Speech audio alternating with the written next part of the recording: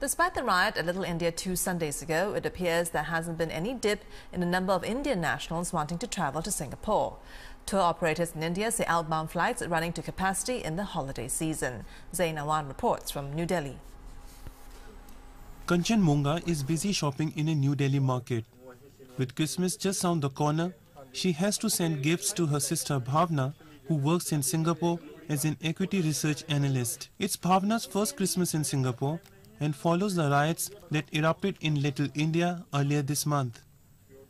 The incident caused immediate concern for her family, but after assurances from her, they are now relieved it appears to be just a one-off incident.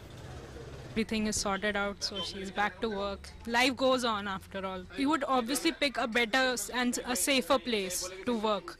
And anyways, we've been hearing what happens now and then in Delhi, so Singapore is much more safe.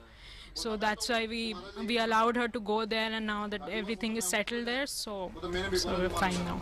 The worst outbreak of violence in 4 decades in Singapore's history was prompted by the death of a 33-year-old Indian man. Indians on home soil seem largely unaware of the incident or the decision taken by Singapore to deport some Indian perpetrators. But they have expressed confidence in the rule of law in Singapore.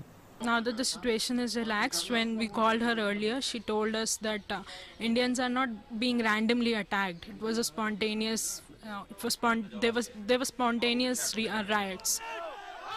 When similar incidents took place in Australia, there was outrage in India.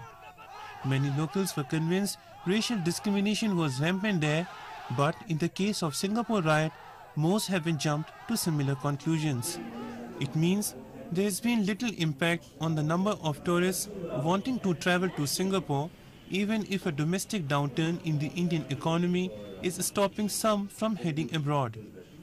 I've been regularly checking with the airline because that is the kind of business we are into. And when I checked, all the flights are almost going about 80 to 90% occupancy. That's a clear indicator. I don't think it has really affected. The Little India riots might have erupted a year before the Golden Jubilee celebrations of the India-Singapore diplomatic relationship, but they are unlikely to impact on India's cultural and commercial ties with Singapore. Zain Awan, Channel News Asia, New Delhi.